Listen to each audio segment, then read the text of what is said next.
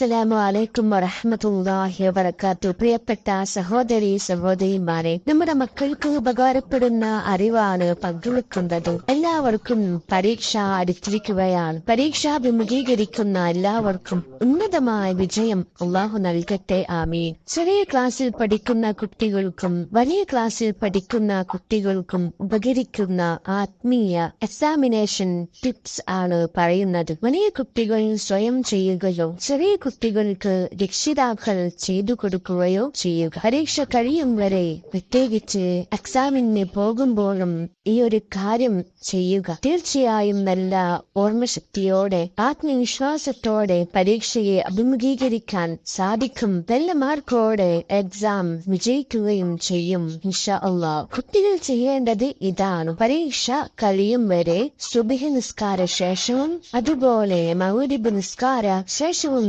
നമ്മുടെ വലതുകൈ ഹാർട്ടിന്റെ ഭാഗത്ത് വെക്കുക, അഥവാ ഇടത് ഭാഗത്ത് വെക്കുക. ശേഷം ഒരുപാട് ഗുണഫലങ്ങൾ നിറഞ്ഞ വെരി എഫക്റ്റീവായ പവർഫുള്ളായ സൂറത്തുൽ ഇൻശിറാഹ് അഥവാ അലം നശ്റഹ് ലക സദ്റക വവളഅന അൻക വിസ്റക അല്ലദീ അൻഖദ ളഹ്റക വറഫഅന ലക ദിക്റക ഫഇന്നമാ ലിഉസ്രി യുസ്റാ ഇന്നമാ ലിഉസ്രി യുസ്റാ ഫഇദാ ഫറഗ്ത ഫൻസബ് വഇലാ റബ്ബിക ഫർഗബ് എന്ന സൂറത്ത് 7 തവണ ഓതുക.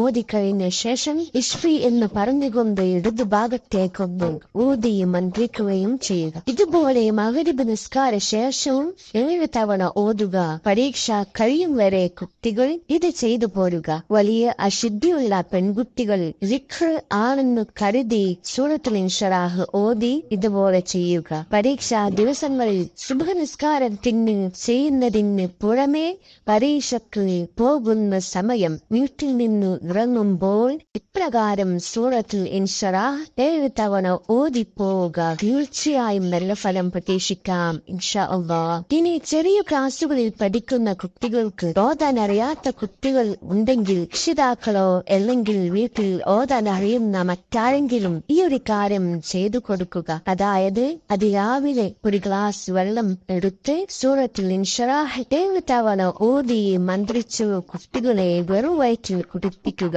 നിങ്ങളുടെ സൗകര്യം അനുസരിച്ച് രാത്രി മന്ത്രിച്ചു വെച്ചു ആ വെള്ളം അതിരാവിലെ കൊടുത്താലും മതി. പ്രിയമുള്ളവരെ, പരീക്ഷ കഴിയുവരെ രക്ഷിതാക്കൾ കുട്ടികൾക്ക് ഇത് ചെയ്തു കൊടുക്കുക.